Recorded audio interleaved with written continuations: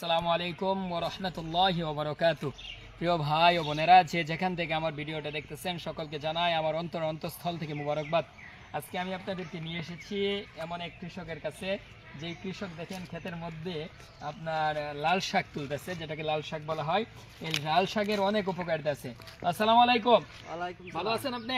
এই আল্লাহ পাক রাখছে। আপনার নাম কি হযরত? আমার নাম মোহাম্মদ আলামিন। মোহাম্মদ আলামিন। কতটুক জায়গা নিয়ে লাল শাক করছিলেন আপনি? এই অল্প একটু বাড়ির পাশে। নিজের খাবারটা জোগানোর জন্য। হ্যাঁ, হ্যাঁ, যাই হোক আলহামদুলিল্লাহ। তো আপনি যে এই যে সবজিটা করছেন, শাকটা করছেন, এই শাকের উপকারিতা সম্পর্কে আপনার ধারণা আছে? এই শাকে অনেক ভিটামিন, এটাই জানি। অনেক ভিটামিন।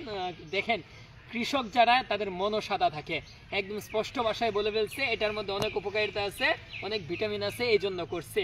অর্থাৎ পরিবারের পুষ্টি যোগানোর জন্য আপনি এই শাকটুকু করছেন। যাই হোক আলহামদুলিল্লাহ। এই শাক কার জন্য তুলতেছেন? এই শাক তুলতেছে আপনার লেগে। দেখছেন কৃষকের মন কত সাদা। কৃষক আমি খেতে আসার পূর্বেই উনি মন থেকে ইচ্ছা করছে আমাকে কিছু শাক দিবে।